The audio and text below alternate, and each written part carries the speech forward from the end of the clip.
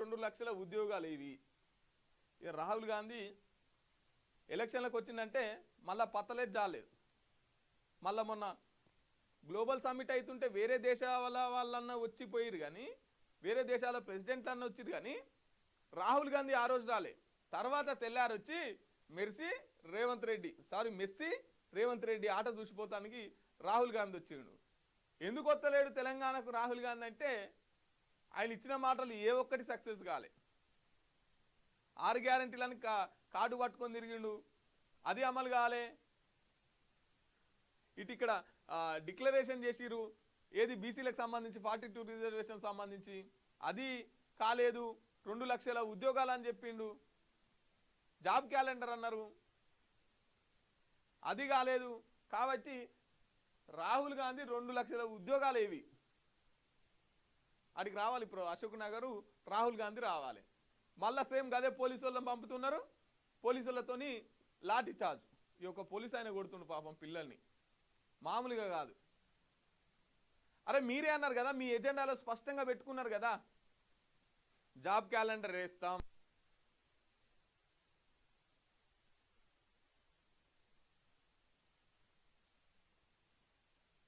దుద్దిల్ల శ్రీధర్ బాబు గారు అందరికి గవర్నమెంట్ ఉద్యోగాలు అంటే లేవని చెప్పేసి చెప్తున్నాడు. మరి లేంది ఎట్లా అని చెప్పేసి మాట ఇచ్చిర్రు అని చెప్పేసి పిల్లలు రోడ్డు మీదకి వస్తే వాళ్ళని లాఠీ చార్జు, పోలీసుల ఉక్కుపాదం. నిన్న ఏంది పక్కనే ఉన్న అశోక్ నగర్లో ఉన్న దాని పక్కన RTC X road main road మీద ఓ షాపింగ్ మాల్, ఓ థియేటర్ని రేవంత్ రెడ్డి గారు ప్రారంభం చేసిరు. మరి పక్కనే ఉన్న పిల్లల దగ్గర పోయి అరుచుకోవాలి కదా, ఎందుకు మీ ఆందోళన చేస్తున్నారు, మీ బాధ ఏందని చెప్పేసి.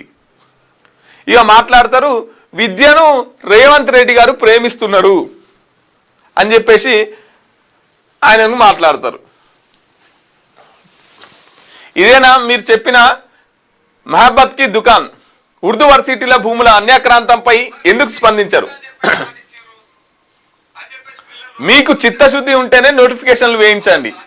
BRS working president KTR.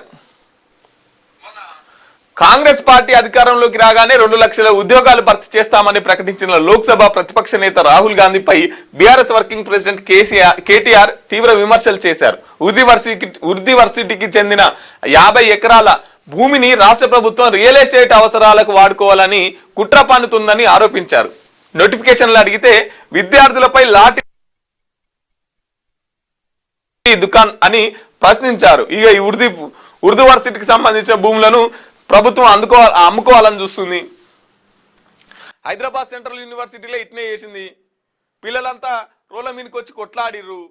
అరే జింకలు చచ్చిపోతున్నాయి, నెమళ్ళు చచ్చిపోతున్నాయి అన్న నైట్కు నైటు లైట్ వేసి మరి బుల్డోజర్లతోని పని చేయించినటువంటి పరిస్థితి. ఇప్పుడు ఉర్దూ వర్సిటీలో కూడా అదే జరుగుతుంది. మళ్ళీ ఆ భూముల్ని అమ్ముకునే కుట్ర చేస్తున్నది ప్రభుత్వం. లేవు మరి, ఖజానా లేదు.